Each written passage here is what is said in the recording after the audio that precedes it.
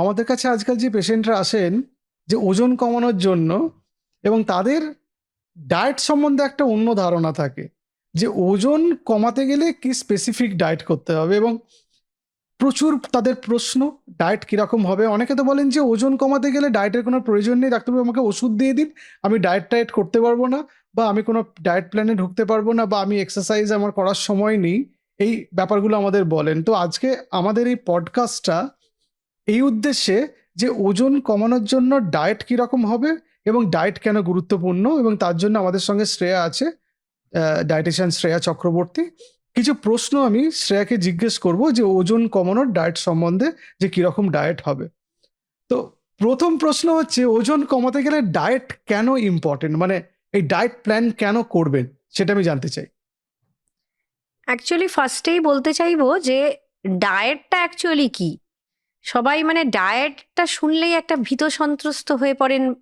তারপরে আবার যখন এই ডায়েটটা ডায়েটিশিয়ানের কাছে যেতে হবে শোনে, সেটাতে আরো মানে একটা ভ্যাবাচাকা সিচুয়েশন হয়ে যায় যে বাবা ডায়েটটা কি, ডায়েটিশিয়ান কি, তারপরে আবার সে কি খাবার দেবে তারপরে আমি খাবো। তাহলে মানে কি মানে সেই বাইরের মানে এক্সট্রা টেরিস্ট্রিয়াল কোনো খাবার মনে হয় এসে তাদের কাছে স্পেসিফিক পড়বে। কোনো ওজন কমানোর জন্য হ্যাঁ বোধহয় বিরাট কিছু আলাদা কোনো খাবার আছে হ্যাঁ, যেগুলো বানিয়ে টানিয়ে খেতে হবে, এরকম একটা বানিয়ে ধারণা টানিয়ে খেতে থাকে। হবে, যেগুলো মানে হয়তো নর্মাল বাজার দোকানে পাওয়া যায় না। তো আমি সেটাই ক্লিয়ার করতে চাই যে এটা দেখে ভয় পাবেন না। আপনারা রোজকার যে খাবার খান, আপনার যে রোজ যে খাবার থাকে আপনার তালিকায়, সেইটাকেই আমরা ডায়েট বলি। অ্যাকচুয়ালি ডায়েটিশিয়ানরা এক্সট্রা কোনো নতুন খাবার আবিষ্কার করে কাউকে খাবার পরিবেশন করতে বলে না। অনেকে আবার এটাও ভাবে যে ওজন কমানোর ডায়েটে বোধহয় আরো বেশি তার খরচা হবে। খরচটাও তো একটা অফকোর্স কনসিডারেশনের মধ্যে রাখতে হবে। যখন আমাদের ডায়েট পড়ানো হয়, ইকোনমিক সাইডটা অফকোর্স একজন পেশেন্টের সাইকোলজি বুঝে তার প্রত্যেকটা তার কতটা ক্ষমতা আছে সেই সেই হিসেবেই আমাদের ইকোনমিক সাইডটা দেখাটা অবশ্যই একজন ডায়েটিশিয়ানের।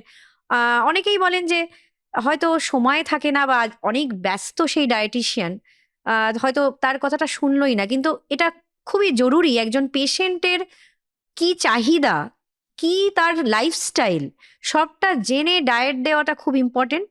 এই ডায়েট কথাটা মানে আপনার রোজকার খাদ্য তালিকা, মানে একদম পাতি বাংলা ভাষায় যদি বলা হয়, রোজকার যে খাদ্য তালিকা।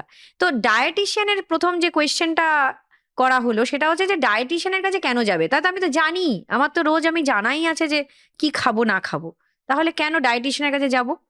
আজকাল এই নানান যে এই ইউটিউবের মাধ্যমেই বলুন, হ্যাঁ আমরা প্রচুর জিনিস জানতে পারছি, কিন্তু কোন জিনিসটা আমাদের জন্য নেব আর কোনটা নেব না সেটা কিন্তু খুব ইম্পর্টেন্ট। গুরুত্বপূর্ণ।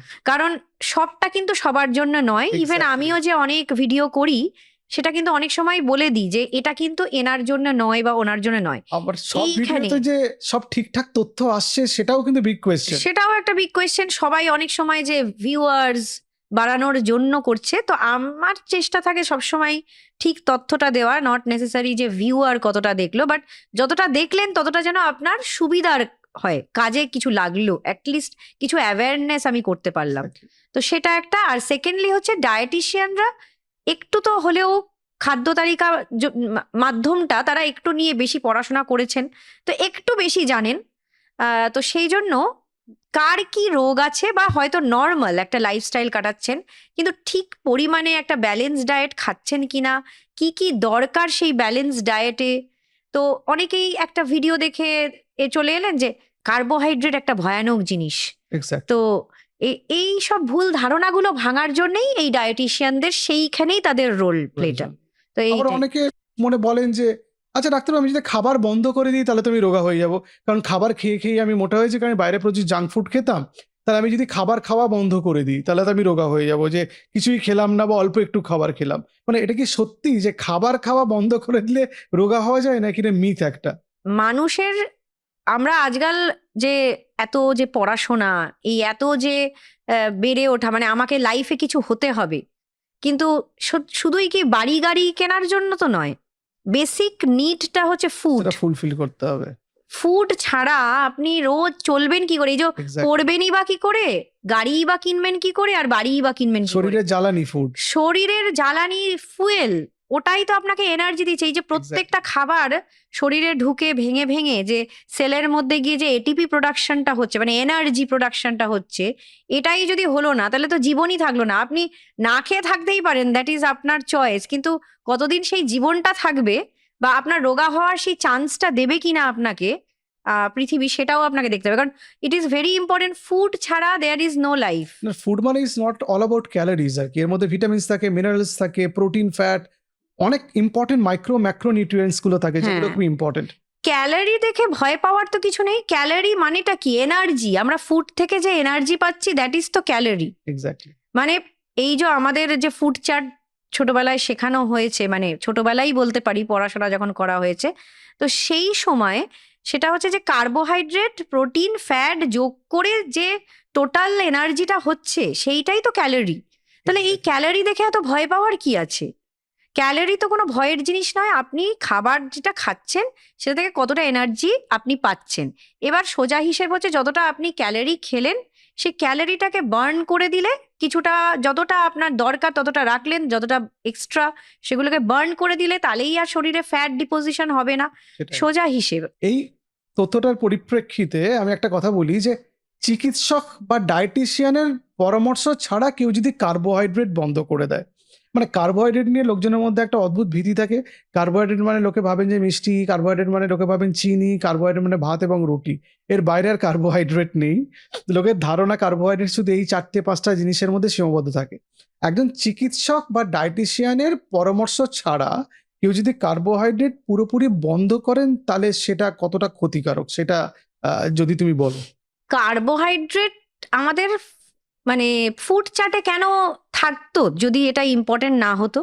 কার্বোহাইড্রেট হচ্ছে আমাদের বেসিক সোর্স অফ এনার্জি। আমরা কার্বোহাইড্রেট শুনে আপনারা সিঙ্গারা, ফিশ ফ্রাই এগুলো থেকে কি এতটা ভীত হন? যতটা কার্বোহাইড্রেট, এই বড় কথাটা থেকে এতটা ভয় পাচ্ছেন কেন?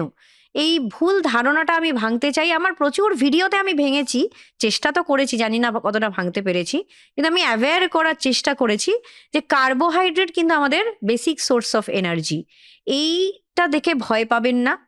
কিন্তু দুটো ডিফারেন্স বলতে চাই। একটা ডিফারেন্স যেটা হচ্ছে যে একজন যার কায়িক পরিশ্রম সারাদিনে অনেক, ধরুন মাঠে ঘাটে কাজ করছে, বা আমাদের যে রাস্তায় নেবে অনেক কাজ করছে, যার অনেক হয়তো সারাদিনে অনেক সে এক্সারসাইজও করে, এরকমও হতে পারে, ডিফারেন্ট স্ট্রেটা অফ লাইফে আমি বলছি। তো অনেক সময় আমরা দেখি গ্রামের মানুষেরা, তারা যারা মাঠে ঘাটে কাজ করে, তারা 3 বেলা ভাত খায়, কিন্তু তাদের চেহারা দেখলে কি আপনি বলবেন যে তারা 3 বেলা ভাত খেয়ে তাদের অতটা ফ্যাট আছে? কি করছেন তারা? তারা অতটা ক্যালোরি বার্ন করে দিচ্ছেন Exactly. কাজ করে। তো এক্স্যাক্টলি। এইটাও কিন্তু খুব করা গুরুত্বপূর্ণ। যায়, এটাও কিন্তু করা যায় যদি আপনি খান। এই ক্যালোরিটা যদি সেভাবে বার্ন করে দিতে পারেন, সেটাতে কিন্তু আপনার তাহলে শরীরে প্রত্যেকটা খাবারই স্যুট হবে। কিন্তু আমাদের আরবান লাইফে আমরা কি অতটা ক্যালোরি বার্ন করছি? আমাদের প্রত্যেকটা কাজের জন্য কেউ মানুষ আছে, হ্যাঁ, প্রত্যেকটা কাজের জন্য কেউ না কেউ আছে, গাড়ি করে যাচ্ছি, নাপছি, মানে অনেকটা কমফোর্টেবল লাইফ, কিন্তু অতটা কায়িক পরিশ্রম নেই। তাহলে এক্সারসাইজ করুন, জিম করুন, ওয়াক করুন, যারা জিম করতে চান না ওয়াক করুন। তো সেইভাবে আপনাদের ক্যালোরিটাকে বার্ন করে দিলে সব খাওয়া যায়। এবার সেখানেই একটা প্রশ্ন চলে আসে, তাহলে আপনারাই তো বলছেন যে কার্বোহাইড্রেট খাবেন না। আমরা কি বলছি ভালো করে সেটা শুনবেন। রিফাইন্ড কার্বোহাইড্রেট খাবেন না। রিফাইন্ড মানে যেগুলো চিনি, হোয়াইট রাইস, এইগুলো হচ্ছে রিফাইন্ড। যেগুলো ফাইবার নেই, ফাইবার যেগুলোতে কম। এবার আমাকে একজন প্রশ্ন করেছিলেন সেদিনকেই যে আচ্ছা আমি আপনি ভাত দেবেন না আমাকে, আমাকে ডালিয়া দিন, আমি কার্বোহাইড্রেট খেতে চাই না। এখানেই এই মিস্টেকটা, যে ডালিয়া একটা কার্বোহাইড্রেট, কিন্তু এটা একটা কমপ্লেক্স কার্বোহাইড্রেট। এটা Fiber আছে। উইট থেকেই তৈরি হয়, অনেক সময় মাল্টিগ্রেনও হচ্ছে, রাগি, বাজরা, এখান থেকেও ডালিয়া তৈরি হয়। তো এইগুলোর মধ্যে অনেকটা ফাইবার থাকে, যার জন্যেই এই কমপ্লেক্স কার্বোহাইড্রেট। এবারে হচ্ছে যে ফাইবারের রোলটা কেন বলছেন ফাইবার খেতে? ফাইবার, কারণ ফাইবার আমাদের শরীরে গিয়ে অনেক টাইম লাগে ডাইজেশন হতে, পেটটা অনেকক্ষণ ভরিয়ে রাখে, ইভেন গ্লুকোজ স্পাইকটাও ব্লাডে কমিয়ে দেয়। তো তার ফলেই ফাইবার খেতে, হেলথ ভালো রাখে, হ্যাঁ, গাট ফ্রেন্ডলি। তো সেই জন্যই ফাইবার খেতে বলা হচ্ছে, পেট ভরিয়ে রাখবে, বারবার খিদে পাবে না, ক্রেভিং হবে না। আচ্ছা, নেক্সট হচ্ছে এই যে আমরা এখন স্যালাড খেতে বলি ওয়েট লসের জন্য, আমাকে সেদিন একজন পেশেন্ট জিজ্ঞেস করছিলেন যে আচ্ছা আমি যদি শুধু স্যালাড খেয়ে থাকি তাহলে কি আমার কোনো অসুবিধা হবে? মানে আমি দিনে 4 বার করে শুধু স্যালাড খেয়ে থাকবো, তাহলে কি আমার ওজন কমার এই ব্যাপারটা খুব তাড়াতাড়ি হবে? মানে আমি তাড়াতাড়ি ওজন কমাতে পারবো কি? তো স্যালাড খুব ভালো খাবার, কারণ ওর মধ্যে ভেজিটেবলস ফ্রুটস দিয়ে যদি সেই স্যালাডটা বানানো হয় অবশ্যই ভালো। কিন্তু সবসময় বলা হয় যে স্যালাড খেয়ে আপনি 2 দিন থাকলেন 3 দিন থাকলেন, কিন্তু ওটা কি একটা ব্যালেন্সড মিল হলো? শুধুই ফাইবার গেল, শুধুই ভিটামিনস মিনারেলস গেল, ওটা কিন্তু আপনার কিছুটা হয়তো তার মধ্যেও কিছু সবজি কিছু ফলের মধ্যে কার্বোহাইড্রেট আছে, কিন্তু ওটা কিন্তু পুরোপুরি এভাবে ব্যালেন্সড মিল প্রোটিন হলো না। নেই, ফ্যাট নেই। এক্স্যাক্টলি, ব্যালেন্সড মিল করতে গেলে প্রোটিন ফ্যাট কার্বোহাইড্রেটের এই মিশ্রণটা রাখতে হবে, তবেই একটা ব্যালেন্সড মিল। তাছাড়া প্রত্যেকটা খাবারের যে উপকারিতাগুলো পাওয়া যাবে না, তখনই কি হবে, শরীর দুর্বল হয়ে যাবে। হয়তো ওজন কমে গেল কিন্তু অন্য সমস্যা, অন্য ভিটামিনস মিনারেলসের কিছু সমস্যা দেখা গেল, বা আপনার হয়তো হঠাৎ করে অন্য কোনো শারীরিক সমস্যা দেখা দিল। তো সেই জন্য একটা ব্যালেন্সড মিল খুবই প্রয়োজনীয় যে কোনো মিলে। আচ্ছা, আমি ইন্টারমিটেন্ট ফাস্টিং এর কথা বলছি না, কারণ ইন্টারমিটেন্ট ফাস্টিং ছাড়া অনেকেও এরকম করেন যে ব্রেকফাস্ট খাচ্ছেন সকাল 11টায়, লাঞ্চ খাচ্ছেন সন্ধ্যে 6টায়, ডিনার করছেন রাত্রি 2টোয়। এরকম আমি অনেকজনকে চিনি এবং আমার পরিবারেও 1-2জন আছেন, আমি তাদের চিনি, মানে আমাদের রিলেটিভ আর কি। তো এই যে অনিয়মিত খাদ্য গ্রহণ, এই টাইম যে চেঞ্জ করা, এটা কতটা অস্বাস্থ্যকর? এটা তো একটা সিস্টেম। আজকাল মানুষ বলবে যে আমাদের এত কাজের চাপ, এতটা আমি টাইম মেনটেন করে খেতে পারবো না। অনেকেই পেশেন্টরাও বলেন, পরিবারেরও অনেকেই দেখেছি আমরা। কিন্তু একটা কমন ব্যাপার আছে, যারা এই রকম করেন তাদের কিন্তু একটা হিউজ বেলি ফ্যাট দেখা যায়, নয়তো যে কোনো তাদের হয়তো কোলেস্ট্রলের সমস্যা দেখা যায়, বা ফ্যাটি লিভার। এটা একটা বেলি ফ্যাটের থেকেই হয়তো ফ্যাটি লিভার হয়ে যাচ্ছে। এটার কারণটা হচ্ছে তাদের শরীরে কিন্তু অনেকক্ষণ না খাওয়ার ফলে যেটা হচ্ছে, প্রচন্ড একটা ক্রেভিং বাড়ছে, কারণ স্ট্রেস হরমোন বাড়ছে, শরীর ফুয়েল পাচ্ছে না, এনার্জি পাচ্ছে এনার্জি পাচ্ছে না। তো সেই ক্ষেত্রে তখন তাদের কাউন্টার কাউন্টার, হ্যাঁ, ওইটা করতে গিয়ে তখন কি হচ্ছে, সামনে যখন অদম্য খিদে, তখন সে সামনে যা পাচ্ছে খেয়ে নিচ্ছে। হয়তো 2টো রোল খেয়ে নিল, 2টো বার্গার খেয়ে নিল, বা খুব আপাত নিরীহ 6টা বিস্কিট খেয়ে নিল। একটা কিচ্ছু খাই না, সকালবেলা 6টা বিস্কিট, হ্যাঁ, বেলার দিকে 8টা বিস্কিট, আর সন্ধ্যেবেলা 6টা বিস্কিট 6টা দিয়ে চা বিস্কিট খাই, খেয়ে তাও ওজন কমছে না। তা ওজন কমে না। এই বিস্কিটেই তো চিনি ময়দা ভরে ভরে আছে। একদম। তো সেই ক্ষেত্রে অনেকে হয়তো বলবেন যে আমি তো Saturated সুগার ফ্রি বিস্কিট খাচ্ছি, কিন্তু কিছুটা হলে ময়দা তো ওর মধ্যে আছেই, যেটা একদম কমপ্লিটলি রিফাইন্ড। Exactly. তো এটাই একটা সমস্যা। এই খিদে, অদম্য খিদে বাড়ছে, কিন্তু সেই ক্যালোরিটা বার্ন করছেন না, কারণ ক্যালোরি বার্ন করার আর সময় নেই। কারণ এমন টাইমিং এ ফুড কখন আপনি করবেন, আর রাতে খেয়েই ঘুমাতে চলে যাওয়া, এটা তো আরেকটা খারাপ হ্যাবিট, যেখানে কোনো Exercise ফ্যাট হলো বার্নিং না। হলো না, এক্সারসাইজিং হলো না, ডিরেক্ট শুতে চলে গেলেন, একদম রেস্টে চলে গেল বডি। তো সেই জন্য আরো সেখানেই সেক্ষেত্রেই ওয়েট গেন। এই ওজন কমানোর জার্নিতে অনেকে দেখি যে প্রোটিন ইনটেকটাকে খুব নেগলেক্ট করেন, আর প্রোটিন খুব কম খান, যে প্রোটিন খেলে ওজন বেড়ে যাবে। যারা আমিষ খান তারা মাছ মাংস খাচ্ছেন না, যারা নিরামিষাশী তারা ভাবছে যে প্রোটিন মানে আমি পনির খাবো না, সয়াবিন খাবো না, ডাল জাতীয় লেগুমস এগুলো খাবো না, কারণ যদি আমার প্রোটিন খেলে যদি আমার শরীরে ওজন বেড়ে যায়। এই যে প্রোটিন না খাওয়াটা, এটা আমাদের ওজন কমার ব্যাপারটাকে কিভাবে নেগেটিভলি অ্যাফেক্ট করতে পারে? প্রোটিন আবারও সেই প্রথম থেকেই চলে আসি, যেরকম কার্বোহাইড্রেট একটা ইম্পর্টেন্ট পার্ট, কিন্তু কোন কার্বোহাইড্রেটটা খাবেন দ্যাট ইজ ইম্পর্টেন্ট, সেরকম প্রোটিনটাও কিভাবে খাবেন। কারণ সবার মাথার মধ্যে গেঁথে আছে, যেহেতু আমরা বাঙালিরা, আমাদের খুব রসিয়ে আমাদের রান্না বান্না Exactly. হয়, তো প্রোটিন রান্না মানেই তখন মাথায় চলে আসে যে চিকেনটা বেশ কষিয়ে হলো, একদম একদম মাছটা ভালো করে ভেজে হলো, 1 পিস চিকেনের সঙ্গে 6 পিস আলু। 6 পিস আলু হলো, অনেক মশলা, অনেক তেল। মশলা অ্যাজ সাচ খারাপ বলা যায় না, কিন্তু সেটা যখন তেলের সাথে মিশ্রণ হয়ে সেটা বেশ একটা রসিয়ে রান্না হলো, তাই জন্য প্রোটিন থেকে সবাই আগেই দূরে চলে যায়। Exactly. ভাবে যে প্রোটিন খেলেই বুঝি ওয়েট গেন হয়ে যাবে, কিন্তু অ্যাকচুয়ালি যে এক্সট্রা অয়েলটা ইউজ হচ্ছে, সেটা প্রোটিন থেকে কারোর ওয়েট গেন হয় না, কারণ প্রোটিন আপনার মাসেল গ্রোথের জন্য, মাসেল ইম্পর্টেন্ট। ইম্পর্টেন্ট। এবার প্রোটিন খাওয়াতে কেন ইম্পর্টেন্ট, সেটা হচ্ছে প্রোটিন কিন্তু স্লো ডাইজেশন হয়, পেটটা অনেকক্ষণ ভরিয়ে রাখে। সেজন্য আমি তো বলি সবসময়, অনেকেই বলেন যে আমাকে কিটো ডায়েট দিন, যেটাতে ফ্যাট বেশি, প্রোটিন মাঝামাঝি আছে, আর কার্বোহাইড্রেট একেবারে নেই বলে চায়। এটাও আমি আই ডোন্ট প্রেফার, মানে আমি সেটা একদম তো ব্যালেন্স ডায়েট হলো না। ব্যালেন্স ডায়েট হলো না। সেক্ষেত্রে আমি যেটা বলি যে প্রোটিন বাড়িয়ে ফেলুন, ফ্যাট আরেকটু কমিয়ে দিন, কার্বোহাইড্রেট মাঝামাঝি রাখুন, দেখবেন এটা ট্রাই করে দেখবেন। এটাকে হয়তো নতুন কোনোদিন একটা নাম বেরোবে, আমি এখনো নামটা জানি না, কিন্তু এই ডায়েটটা আমার মনে হয় খুবই উপকারী। এই যে অনেক হেলদি ফুড আছে কিন্তু আমরা জানি না, যেগুলোর মধ্যে হয়তো হিডেন অনেক সুগার আছে, সেই হেলদি ফুডগুলো খেতে গিয়ে অনেকে ওজন বাড়িয়ে ফেলছে। যেটা আমার বাচ্চাদের ক্ষেত্রে আমরা প্রচুর আজকাল দেখতে পাই, যে অ্যাপারেন্টলি বাবা মারা জানেন that is very healthy food, তাকে রেগুলার খাওয়ানো হচ্ছে, বাচ্চার ওজন বাড়ছে, ওবেসিটি নিয়ে আসছে না আমাদের কাছে, ফ্যাটি লিভার নিয়ে আসছে অল্প বয়সের বাচ্চারা, কিডস, টডলার্সেরা। এই হেলদি ফুড যেগুলো অ্যাপারেন্টলি কিন্তু তার মধ্যে হিডেন সুগার আছে, এগুলো কিভাবে আমরা অ্যাভয়েড করতে পারি? হেলদি ফুড বলতে যেটা বাচ্চাদের চটজলদি টিফিন, যেরকম বিস্কিট, এটা একটা হেলদি ধরা যেতে পারে। অনেকে বাচ্চারা বিস্কিট খাবে না, অনেক মা বাবা ভাবে অনেক যেটা মা healthy হ্যাঁ food। Healthy food.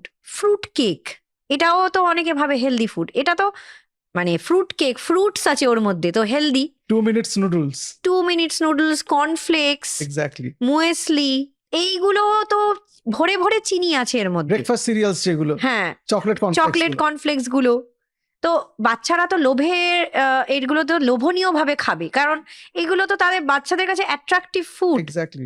কিন্তু এগুলো কিন্তু আলটিমেটলি ক্ষতি করে দিচ্ছে, কারণ এগুলো অনেকটা চিনি খেয়ে নিচ্ছে বাচ্চা, ক্যালোরি ঢুকে যাচ্ছে, অনেক ক্যালোরি একসাথে, কার্বোহাইড্রেট। পুরো রিফাইন্ড কার্বোহাইড্রেট ঢুকে যাচ্ছে। খুব খারাপ, কিন্তু খুব এটা very bad। মাথায় রাখতে হবে, যদি এইগুলো খানো পরিমাণে কমিয়ে দিন।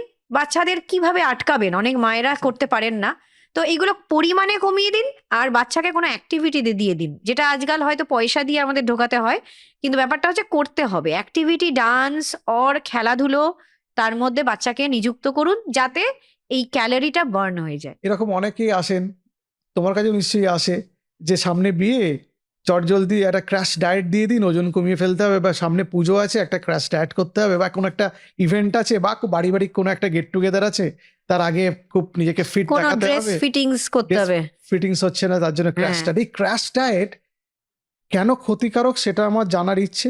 আর 2 নম্বর হচ্ছে, এই ক্র্যাশ ডায়েট ফলো করলে পরে কেন খুব দ্রুত ওয়েট গেন হয়ে যায়? ক্র্যাশ ডায়েট বলতে যেটা একটু আগেই বললাম, কিটো ডায়েটটাকে একটা ক্র্যাশ ডায়েটের মধ্যে ধরা যেতে পারে, যেখানে শুধুই ফ্যাট বেশি করে, তো এটা তো আলটিমেটলি শরীরে অনেক রকম ক্ষতিও করে, যেটা শোনা গেছে। ক্র্যাশ ডায়েট মানে হয়তো একটা বাদাম, একটা সবজি, মানে এটা প্র্যাকটিক্যালের থেকে অনেক দূরে। হ্যাঁ, এবার আপনি একটা কোনো এম নিয়ে এগোচ্ছেন, এটা আমার করতেই হবে, for few days crash diet করলেন, বাট সবসময় কোনো গাইডেন্সের মধ্যে, কোনো ডায়েটিশিয়ানের গাইডেন্সের আন্ডারে করুন, যে আপনার শরীর হিসেবে আপনাকে গাইড করে দেবে যে কি কতটা আপনি করতে পারছেন। আর আরেকটা জিনিস হচ্ছে যে আপনার ক্র্যাশ ডায়েট কেন সঙ্গে সঙ্গে ওয়েট গেন হয়ে যায়, এটার কারণটা হচ্ছে যে কিছুদিন ওইটা করা যাবে সাস্টেনেবল। এত কম খেয়ে আপনার তো ব্রেন ফাংশনটা কাজ করবে না, body will be too much under stress, তখনই কর্টিজল বেড়ে যাওয়া। কর্টিজল হরমোন, স্ট্রেস হরমোন বেড়ে যাবে। এরপরে যে মুহূর্তে আপনার সেই যে আপনি যে এমটা নিয়ে এগোচ্ছিলেন, যে এমটা ফুলফিল হয়ে যাবে, মানে আপনার কার্যসিদ্ধি হয়ে গেল, কিন্তু তার পর মুহূর্তেই আপনি এমন ওভার ইটিং শুরু করবেন, এমন বিঞ্জ ইটিং ডিসঅর্ডার হয়ে যাবে, হয়তো কিছু ব্রেন ফাংশনে কিছু প্রবলেম হতে পারে, তো যার জন্য ওভার ইটিং করতে গিয়ে এমন উল্টোপাল্টা খাওয়া হয়ে যাবে, যেটাতে দেখবেন যে হয়তো 5 কেজি যে ওজনটা আপনি 1 মাসে কমালেন, সেই 5 কেজির ডাবল আপনার বেড়ে গেল আরো নেক্সট মাসে। এক্স্যাক্টলি। তাহলে তো এই এটাতে কিন্তু তাহলে আপনার কিন্তু তাহলে লস। লসই তো।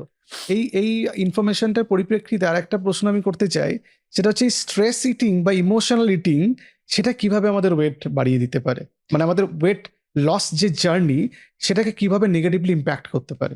স্ট্রেস তো ডেফিনেটলি ইম্প্যাক্ট করতেই পারে, কারণ তখন আমাদের হরমোনাল একটা ইমব্যালেন্স হয়। এটা তো একটা সাইকোলজিক্যাল ব্যাপারও, যেটা অ্যানোরেক্সিয়াই বলুন বা বিঞ্জ ইটিং ডিসঅর্ডার, যেটা একটা সাইকোলজিক্যাল একটা ডিসফাংশন, ইটিং ডিসঅর্ডার যেটা হয়ে যাচ্ছে, সেখানে এটা তো সম্পূর্ণ স্ট্রেস থেকেই হয়।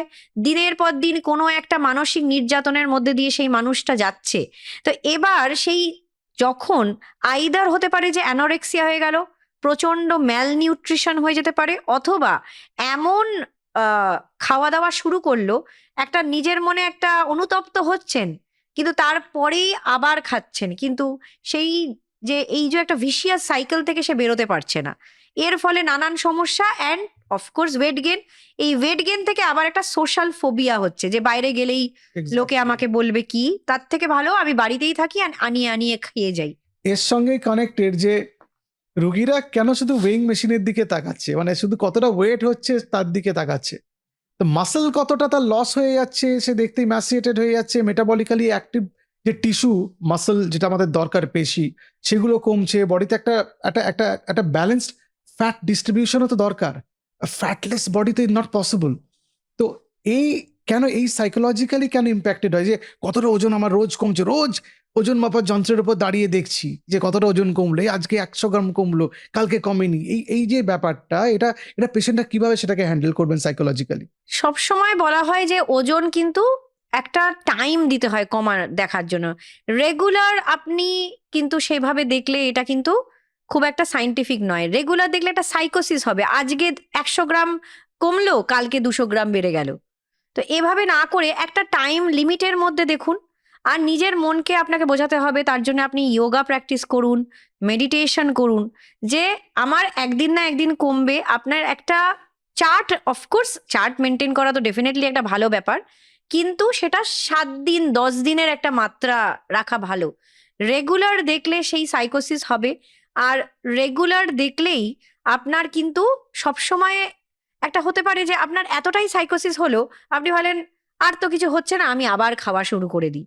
তো সেটা কিন্তু খুব নেগেটিভলি ইম্প্যাক্ট করবে। হয়তো আপনার একদিন হলো না, 2 দিন হলো না, 3 দিনের দিন হয়তো দেখলেন অনেকটা ওয়েট লস হলো। অনেক সময় দেখা যায় পেশেন্টদের আমরা দেখি যে ইঞ্চেস লস হচ্ছে। ইঞ্চেস মাপাটাও কিন্তু একটু ভেরি একটা কমফোর্টিং জায়গা।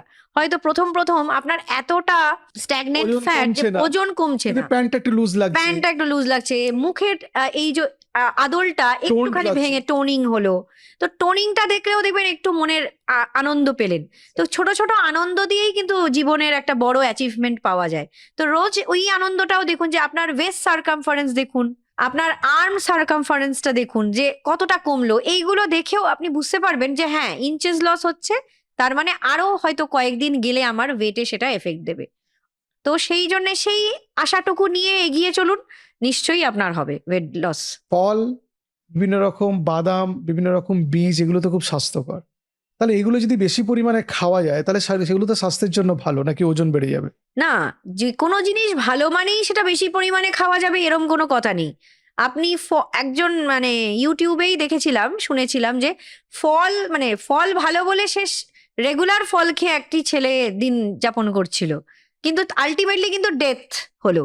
তার মানে কোনো জিনিস ভালো মানেই সেটা যে বেশি পরিমাণে খেতে হবে এরম কোনো কথা নেই, কারণ Portion এই control। পোর্শন কন্ট্রোলটা তো একটা মেজর পার্ট অফ ডায়েট কন্ট্রোলের। এই যে সিডস বলুন, এই বাদাম বলুন, এগুলোর মধ্যে অনেকটা ফ্যাট থাকে। তো এক্সেস ফ্যাট কেন খাবেন এক্সট্রা এক্সট্রা? ভালো মানেই সেটা বেশি বেশি খেতে হবে এরকম কোনো কথা নেই। পরিমাণ মেপে খান, সেগুলোর যেগুলো গুড এফেক্ট সেইভাবে নিন। এক্সট্রা খেয়ে শরীরের ক্ষতি করার কোনো মানে হয় না। লাস্ট প্রশ্ন, সেটা হচ্ছে ওজন কমানোর যে জার্নিটা, যদি আগে থেকে ডায়েট প্ল্যান না করেই জার্নিতে কেউ যদি চলে আসেন যে আমি ওজন কমানোর প্ল্যান করে ফেললাম, কিন্তু তার খাবারের কোনো পরিকল্পনা নেই, এক্সারসাইজ শুরু করে দিয়েছেন, কিন্তু ওজন কমানোর জন্য যে আধুনিক ওষুধ টষুধ আছে সেগুলোও তিনি নেওয়া শুরু করেছেন, কিন্তু তার প্রপার ডায়েট প্ল্যান নেই, তাহলে তার ওজন কমার ক্ষেত্রে কি অসুবিধা হবে? ওজন কমার ক্ষেত্রে তিনি নিজে থেকে একটা ধারণা পোষণ করবেন যে আমি হয়তো খাবো না, আমি তো ওষুধ খাচ্ছি, আমি তাহলে না খেয়ে থাকি, যেটা ফার্স্ট কোয়েশ্চেনে ছিল। বা আমি অনেক বেশি খাই, কারণ আমি ওষুধ অনেক ব্যালেন্স করে দেবে। ওষুধ ব্যালেন্স করে দেবে, আমি বেশি খাই, আমি তো এক্সারসাইজও করছি, তাহলে তো ক্যালোরি বার্ন হচ্ছে, তাহলে আমি খাবো না কেন? তো আপনি কতটা প্রথম শুরু করেই কতটা এক্সারসাইজ করতে পারছেন সেটাও তো ইম্পর্টেন্ট। কারণ Exactly. আপনার বডি এতদিন কোনো এক্সারসাইজ করেনি, হঠাৎ করে আপনি শুরু করেছেন। হঠাৎ করে মেজর এক্সারসাইজ করলেও কিন্তু আপনার যে মাসেলে টক্সিনস জমে যেতে পারে, সেটাতে এমন পেনফুল টক্সিনস হতে পারে সেইটাতে আপনার কিন্তু অনেক দিন হয়তো এক্সারসাইজ করতেই পারলেন না। তো সবসময় এক্সারসাইজ শুরু করলেও বেবি স্টেপসে, অ্যান্ড তার সাথে কতটা আপনি ক্যালোরি বার্ন করছেন সেটা রেগুলার দেখে সেই অনুযায়ী কিন্তু ক্যালোরি মেজার করেই খাওয়া উচিত। মানে আপনি ধরুন শুধুই আপনি এক্সারসাইজ করে যাচ্ছেন, এদিকে আপনার ডায়েটে হয়তো শুধুই কার্বোহাইড্রেট আছে আর ফ্যাট আছে, আপনি হয়তো প্রোটিন খাচ্ছেনই না, কিন্তু সেটাও তাহলে স্বাস্থ্যকর হলো না আপনার সেটা ভালো ডায়েটটা। না। সেই জন্য একজন যিনি জানেন এই বিষয়ে তার কাছে পরামর্শ নিয়ে ডায়েটটা নিয়ে নেওয়া অবশ্যই ভালো। ওষুধ খেলে বা শুধু এক্সারসাইজ করলেই যে ওয়েট কমে না সেটা অনেক আমি প্রুফ পেয়েছি। তো সবাইকে একটা অ্যাওয়ারনেস তো অবশ্যই করে দিলাম এবারে। Thank you. তার মানে আজকে আমাদের এই পুরো আলোচনার যে সারসংক্ষেপ সেটা হচ্ছে একটা মোটিভেশন দরকার, আগে থেকে একটা প্ল্যানিং দরকার ওজন কমানোর জন্য। ডায়েটের খুব ইম্পর্টেন্ট রোল আছে একটা ওজন কমানোর এই জার্নিতে। এক্সারসাইজ না করলে হবে না। আপনি যদি ডায়েটটাকে 70% বলেন, এক্সারসাইজ আপনাকে 30% রাখতেই হবে পুরো প্ল্যানটাতে। আর যারা ওজন কমানোর জন্য ওষুধ বা ইনজেকশন নিচ্ছেন তাদের জন্য ডায়েট খুব ইম্পর্টেন্ট। সুতরাং ডায়েট বাদ দিয়ে ওজন কমানোর জার্নিতে নামা মানে পুরোপুরি পরিকল্পনা মাফিক আপনি এটাতে অ্যাটাচড হলেন না। কিছুদিন পরেই আপনি আর ওজন কমাতে পারবেন না বা ওজন কমানোর জার্নিটা সাকসেসফুল নাও হতে পারে। সুতরাং এতটাই ইম্পর্টেন্ট এই ডায়েটটা। তো থ্যাংক ইউ। তুমি অনেক ভালোভাবে লোককে গাইড করতে পেরেছো এই আমার প্রশ্নগুলোর উত্তর দিয়ে। আশা করি যারা ওজন কমানোর চেষ্টা করছেন, আমাদের এই ভিডিওটা তাদের জন্য যথেষ্ট উপকারে আসবে।